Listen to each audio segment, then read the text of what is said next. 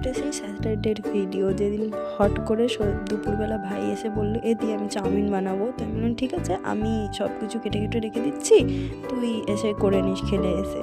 তো যেমন কথা তেমন কাজ, আমি দুপুরবেলা খেয়ে দিয়ে সব কিছু কাটাকুটি শুরু করে দিয়েছিলাম এবং আমার সবজি কাটা কমপ্লিট, কিন্তু মহারাজ খেলেই আসতে পারেননি। তারপরে আমি নিজের জন্য একটু চা করে নিয়েছিলাম, নিজের জন্য কেন, বাড়ির সবার জন্যই করেছিলাম, কারণ আমি চা প্রেমিক, আমার বোনও চা প্রেমিক। মা শুধু রেগে যায়, তোরা শুধু সারাদিন চাকাস চাকাস চাকাস করে বেড়ায়। তারপরে ভাই আসার পর আমরা হচ্ছে কি বানিয়ে নিয়েছিলাম চাউমিনটা।